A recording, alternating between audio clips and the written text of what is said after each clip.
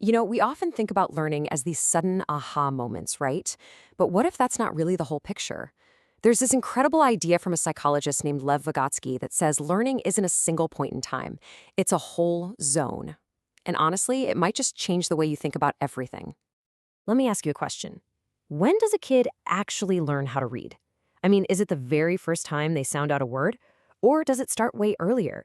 Does building with blocks count? What about just remembering a trip to the zoo? It seems like such a simple question, but the answer, well, it's way more complicated than you'd think. So is learning like flipping a switch? One minute you can't do something and the next minute you can? Or is it more gradual, kind of messy, like a plant growing over time? For a long time, that light switch idea was pretty much the standard. People saw development as these neat, fixed stages. But Vygotsky, he had a totally different take on it. He basically said, nope, that's not it at all. He argued that we aren't at one single point on a learning timeline. Instead, we exist inside a range, a kind of fuzzy area of what's possible for us. And he gave it a name, the zone of proximal development. And let me tell you, back then, this was a seriously radical idea. Okay, so what is this learning zone he was talking about? Let's actually break it down, because once you get this part, his whole theory just clicks into place. Think of it this way.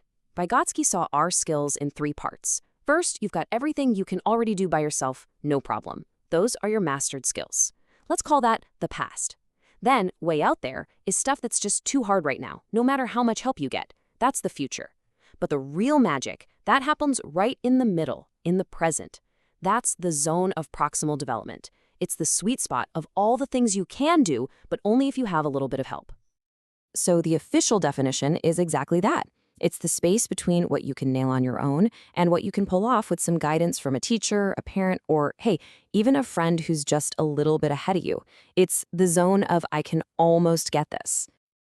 Right, so if all the good stuff, all the real learning happens inside this zone, then the million-dollar question is, how do we actually move through it? How do we turn what I can do with help into what I can do all by myself? Vygotsky's answer, and this term was actually coined later by another theorist, Jerome Bruner, is a brilliant metaphor. We use scaffolding. Yeah, think about it just like the scaffolding on a construction site. It's a temporary structure, right? It gives support exactly where it's needed so the builders can get to the next level.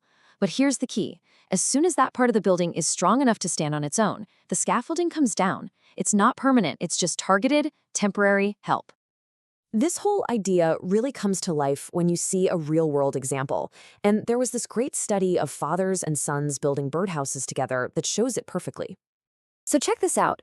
For the really little kids, the scaffolding is heavy-duty.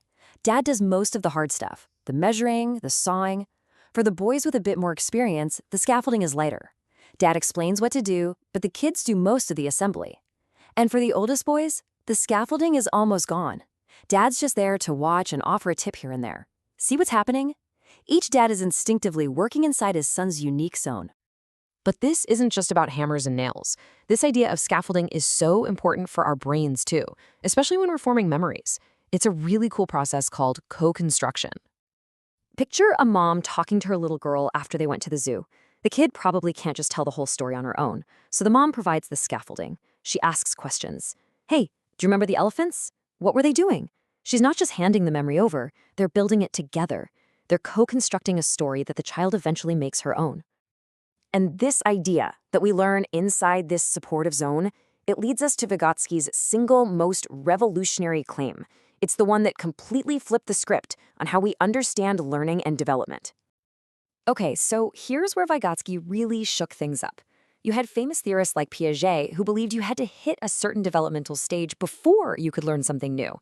Others, like Bandura, kind of saw learning and development as the same thing. But Vygotsky came along and said something completely different and totally profound. He said that learning, that guided practice inside the zone, doesn't just wait for development to happen. It actively drags development forward. In other words, learning leads development. And that is the absolute game changer for education. It means a good teacher's job isn't to just sit around and wait for a student to be ready to learn something. A great teacher's job is to provide the scaffolding that makes them ready. So in a classroom, this whole thing becomes this kind of dynamic dance. It's all about figuring out where each student's zone is, pushing them into that sweet spot where it's challenging, but not impossible. Giving them just enough scaffolding to get there. And then, and this is the real art of it, knowing exactly when to step back and let them do it on their own.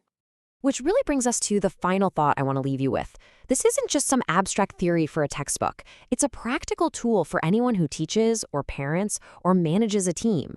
So the real question Vygotsky leaves us with is this. For the people in your life, where is their zone? And what's the right kind of scaffolding to help them build whatever's next?